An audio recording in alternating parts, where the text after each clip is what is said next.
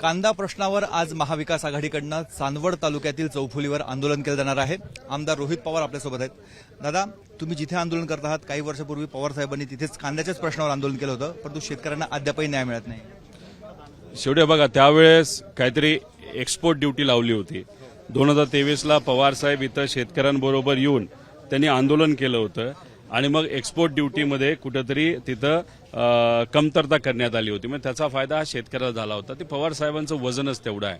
आता आम्ही 18 मेला लासलगावला एक आंदोलन केलं। आंदोलन का केलं?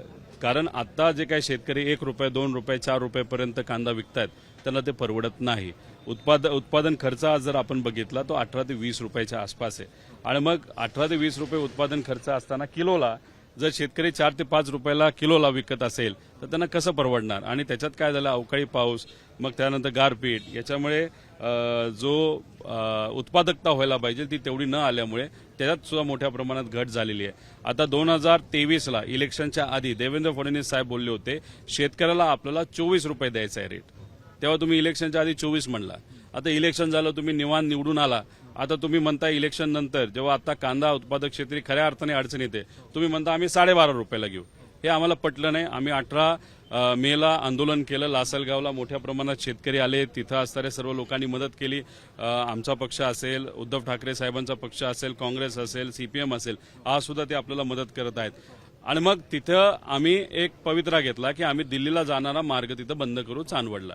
आणि मग आज तिथं आता आम्ही आंदोलन करतोय। पण ते ऐकल्यानंतर तुम्ही जर बघितलं शेतकऱ्याची ताकद काय असते, तर 15 रुपये 18 पैसे असा रेट आता केल्यात आहे। म्हणजे तेव्हा 12.5 होता, आता 3-3.5 रुपये आता वाढला। हा कोणामुळे वाढला? तर शेतकऱ्याला आंदोलन केलं म्हणून वाढलं। त्यामुळे स्वतःच्या हक्कासाठी लढलं तर नक्कीच फायदा होतो, पण 15.5 नाही तर 15.80 करून सुद्धा शेतकऱ्याला काही मिळणार नाही। आता पण तुम्ही लासलगावमध्ये आंदोलन केलं, चांदवडमध्ये करतात म्हणून नाशिक जिल्ह्यापुरता हा निर्णय झाला।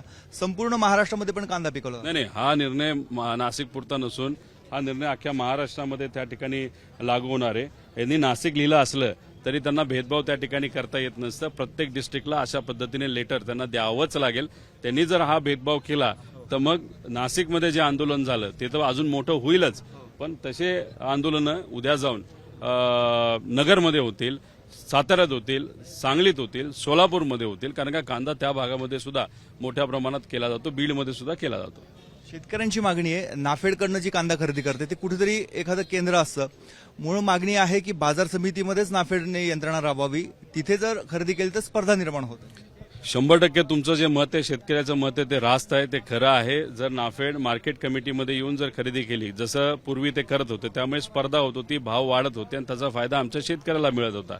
आता काय होतं, नाफेड एका आडबाजूला जाऊन प्रायव्हेट लोकांबरोबर करार करून ते तिथं घेतात। ते घेत असताना काय करतात, एखाद्या व्यापाऱ्याकडनंच, म्हणजे आता शेतकऱ्याला 4 ते 5 रुपयाला कांदा विकला, तोच कांदा आत्ता हे लोक घेऊन ठेवणार आणि जेव्हा सरकारकडनं रेट डिक्लेअर झाला, जसा 15 रुपये 80 पैसे असा रेट डिक्लेअर झाला, तर 5-6 रुपयाला घेतलेला कांदा शेतकऱ्याची नावं लावून नाफेडकडनं 15.5 रुपयावरनं ते रेट घेणार।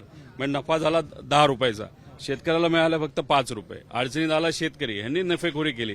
तर ही नफेखोरी जर थांबवायची असेल तर आपल्याला मार्केट कमिटीज यावं लागेल। दुसरा विषय, हा जो कांदा घेतला जातो 2 लाख टन घेतील, आमचं मत आहे 8 लाख टन घ्या आणि घेतलेला कांदा भारतातच विकू नका। नाही तर होतं असं की आत्ता घेतला 3 महिन्यानंतर त्याच रेटला 15 रुपयालाच ते कुठे विकणार, कोलकात्याला विकणार, दिल्लीला विकणार, मुंबईला विकणार। म्हणजे शेतकऱ्याला त्यावेळेस जो रेट अतिरिक्त मिळणार असतो तो या रेटला कांदा विकल्यामुळे मार्केट परत पडतं। त्यामुळे हा तो काय 7-8 लाख टन कांदा घेतला जाईल तो भारतात न विकता भारताच्या बाहेर विकावा अशी आमची मागणी आहे। आखाती देशामध्ये जी आपली निर्यात होत होती ती पण मंदावलेली आहे। बांगलादेशमध्ये तिथला स्वतःचा कांदा आहे, तिकडेही आपला माल जात नाहीये। हे बघा, माझं एवढं मत आहे की काय सरकारकडे पैसा नाही असं आहे का? घ्या 7-8 लाख टन कांदा आणि जर जमत नसेल तर कांदा तुम्ही कुठेतरी जाळून टाका, पण तो कांदा मार्केटमध्ये आला नाही पाहिजे। कारण तुम्ही जर अशा पद्धतीने बाहेर जात नाही, पालतत्व घेतलंय ना, तुम्ही सत्तेत आहात, सत्ता मिरवताय, लोकांनी तुम्हाला निवडून दिले, पण लोक अडचणीत आल्यानंतर म्हणतात अरे बघा तिकडे काय झालं, हे काय झालं, डिझेल आम्हाला मिळत नाही, हे जे सगळे विषय आहेत ना, कुठेतरी पालतत्व ज्या लोकांनी घेतलेलं असतं त्यांनी लोकांना सहकार्य करणं, मदत करणं ही त्यांची भूमिका आणि त्यांची ती जबाबदारी असते। पण हे सरकार त्यापासून पळ काढते असं आमचं मत आहे। याला संपूर्ण कांद्याच्या प्रश्नावर तुम्हाला सोल्युशन काय वाटतं दादा? म्हणजे नाफेडने तुम्ही म्हणता तसा दर वाढवलेला आहे, तेवढं एकच सोल्युशन आहे का इतर काही उपाय सरकारने करायला पाहिजे? नाही, एकतर हा कांदा जो कुठला तिथं घेतला जाईल तो कांदा महाराष्ट्रात नाही तर भारतात विकून चालणार आहे, तो आपल्याला एक्सपोर्ट करावाच लागेल. आता कसं असतं की डिप्लोमसी ज्याला आपण म्हणतो की आता पूर्वी जसं इराणमध्ये आपल्याकडनं काय जायचं, आपल्याकडनं केळी जायची, आपल्याकडनं साखर जायची, आपल्याकडनं काही फळभाज्या जायच्या, अजून बरंच काय तिथं जायचं. इराण आपल्याला काय द्यायचं, स्वस्तात तेल द्यायचं. आता काय झालं की आपला देश अमेरिकेला खुश करण्यासाठी इस्रायलला खुश करण्यासाठी इराण बरोबर वाद घातला नाही तर इराणला मदत नाही केली. त्यामुळे झालं असं, आपल्याला स्वस्त तेल मिळत नाही आणि जे आपली केळी जात होती, साखर जात होती, पालेभाज्या जात होत्या, त्या सगळ्या थांबल्या. मग शेतकऱ्याला मोठ्या प्रमाणात अडचण झाली. आता कांदा आपला ज्या ज्या देशात जात होता, समजा आता आपला कांदा जात होता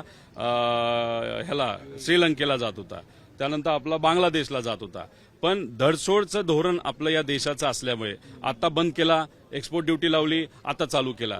त्यामुळे त्या देशांनी काय केलं, आपल्याचकडनं बियाणं घेतलं आणि त्यांच्या देशामध्ये ते लावून तिथल्या शेतकऱ्यांना कांदा वाढवायला लावला. मग डिप्लोमसी फसली. आपले जे नेते आहेत त्यांना हे कळलं नाही, हे जाणवलं नाही, वेगळ्याच विषयामध्ये अडकून राहिले. त्यामुळे ही खरं तर अडचण आली. त्यामुळे आपल्याला जर पर्याय करायचा असेल तर शेतकऱ्याचं सांगता येणार नाही कांदा लावू नका. बरं ठीक आहे, तुम्ही शेतकऱ्याला सांगितलं कांदा लावू नका, मग काय लावायचं सांगा, पण त्याला हमी भाव द्या.